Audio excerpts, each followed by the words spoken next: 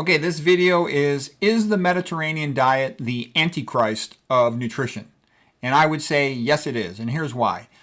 Most of the Ivy League places I've seen or major universities, they tend to all recommend the Mediterranean diet. And you'll see these docs, pretending like they know like they're talking about it. Anybody who recommends the Mediterranean diet is an ignoramus or a liar, okay?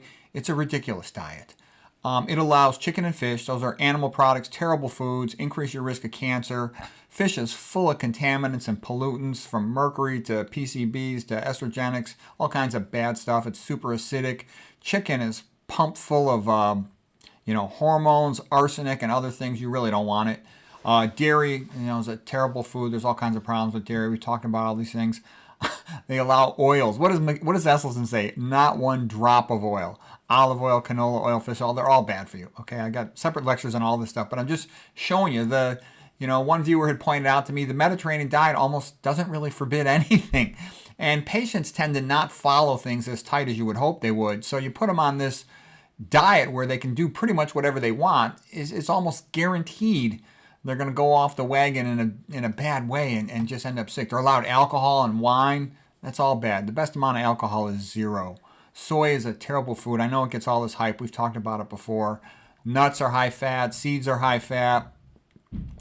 Sweets, they say, are allowed in small amounts. But, what does small amounts mean to a patient?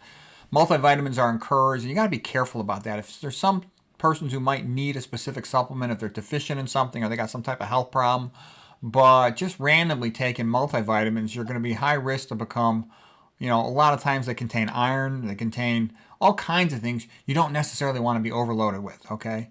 And why does it matter? Because it provides the illusion of treatment without real treatment. And then when the patient fails, they're convinced that, they gave a real try for diet, it just didn't work.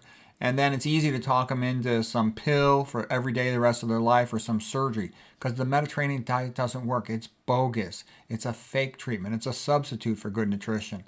So I just tell you that so you don't be a chump and so you understand how the game is played.